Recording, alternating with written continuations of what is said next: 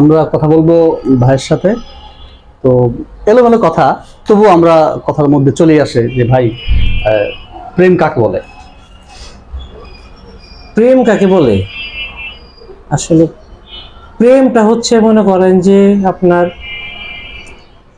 আমি এতটুকু বলতে পারি যে আমি যখন বাসায় যাই, হ্যাঁ, তখন মনে করেন যে আমার ছেলেটা দৌড়ে চলে আসে, বাবা আসছে, আমি মনে করি এটা প্রেম। হ্যাঁ, আমার মা আমাকে জিজ্ঞেস করে যে বাবা আসছো, হ্যাঁ, বাবা এই রাস্তাঘাটে কোনো সমস্যা হয়নি তো, এটা আমার কাছে প্রেম। আপনি খুবই একটা সুন্দর একটা উপমা দিয়েছেন এবং বাস্তব জীবনের কথা বলেছেন। আর আপনি আপনার স্কুল জীবন কোথায়, কোন স্কুলে? আচ্ছা, এই স্কুল জীবনটা তো আমার অনেক জায়গায়, ঢাকায়, আচ্ছা নাটোরে। আচ্ছা আচ্ছা, আপনার গ্রামের বাড়ি গ্রামের বাড়ি নাটোরে। নাটোরে। হ্যাঁ, তো আপনি স্কুলে যখন ক্লাস 10-এ পড়েন তখন কোথায় পড়তেন? তখন নাটোরে ছিলাম। তো সেই সময় আপনার মধ্যে প্রেমের আসলে হ্যাঁ, ওই সময় মনে করেন যে আমি আসলে অতটা সুন্দর এখনো না, তখন আরো ছিলাম না।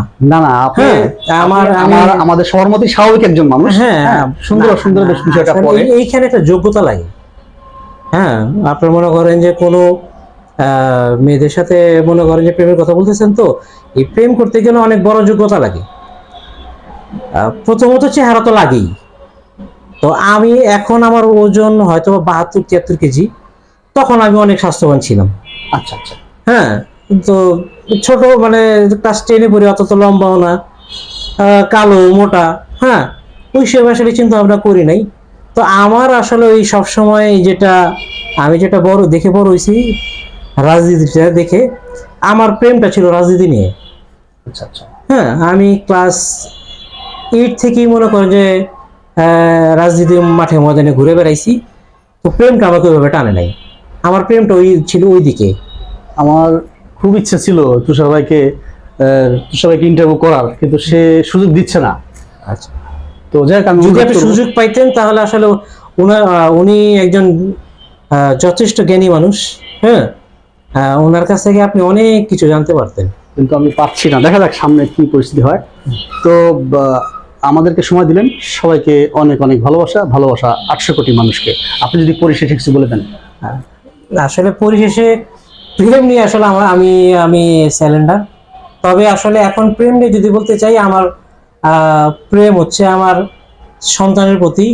হুম, আর যেহেতু আমি বিবাহিত, আমার স্ত্রীর প্রতি আমার প্রেম আছে। সেও আমাকে যথেষ্ট ভালোবাসে, আমিও তাকে যথেষ্ট ভালোবাসি। তার প্রতি আমার যথেষ্ট শ্রদ্ধা, সম্মান, ভালোবাসা আছে। আমার প্রতি আমি যতটুকু দেখি যে তার শ্রদ্ধা, সম্মান, ভালোবাসা সবটাই আছে। সে সবসময় আমার মঙ্গল কামনা করে, আমি তার জন্য মঙ্গল কামনা করি। আমার মনে এটাই প্রেম। তো আশা করি আপনারা বুঝতে পারছেন। সালাম আলাইকুম। সমাজের জন্য সবাইকে অনেক অনেক ভালোবাসা।